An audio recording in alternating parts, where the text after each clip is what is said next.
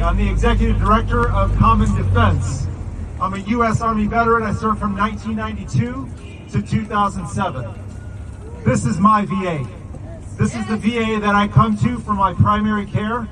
And as of 6 weeks ago, I was diagnosed with pancreatic cancer. I'm 50 years old.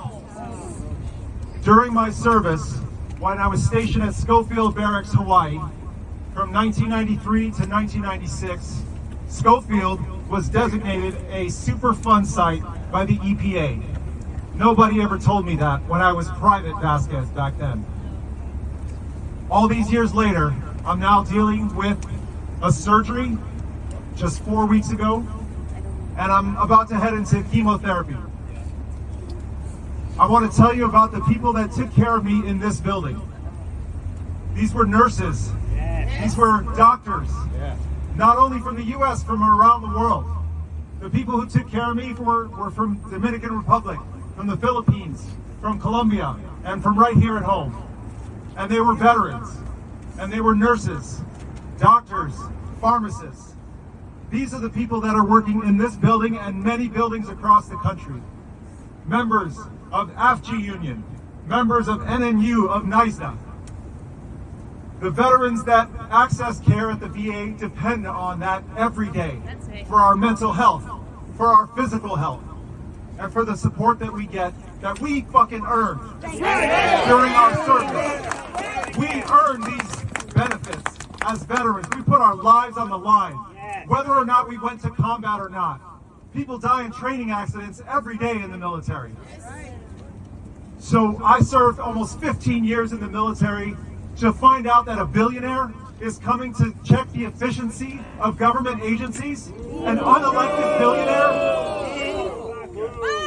that another billionaire who's supposed to be the commander-in-chief of our armed forces is turning his back on our military and talking about cutting 83,000 jobs from a VA that's already struggling to meet the needs of our veterans.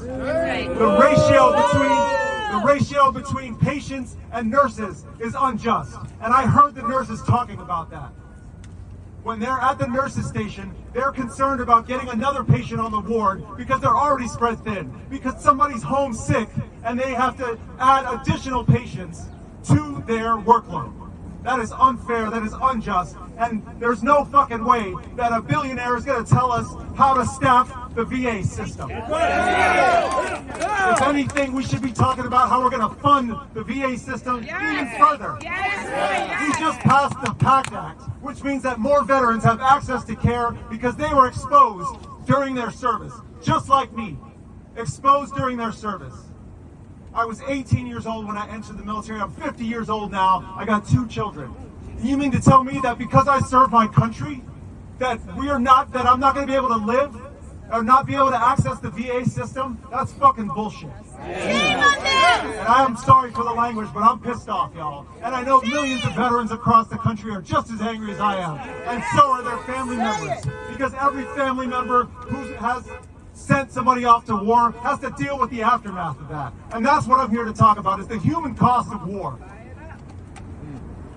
So we're here standing with our union brothers and sisters and veterans. Many of those union brothers and sisters are also veterans. We're not here, we're not going to let this happen.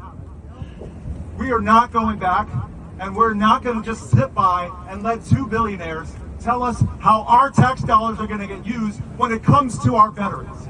We made a fucking promise when people joined the military, and we better hold up that promise. I don't care who's in the office in the White House. That's right. Yes. We got a lot of work to do, y'all. But I'm telling you now, the members of Common Defense, the members of all these unions that are standing behind me are not going to let this shit go by. That's all I have to say. I'm going to hand it off.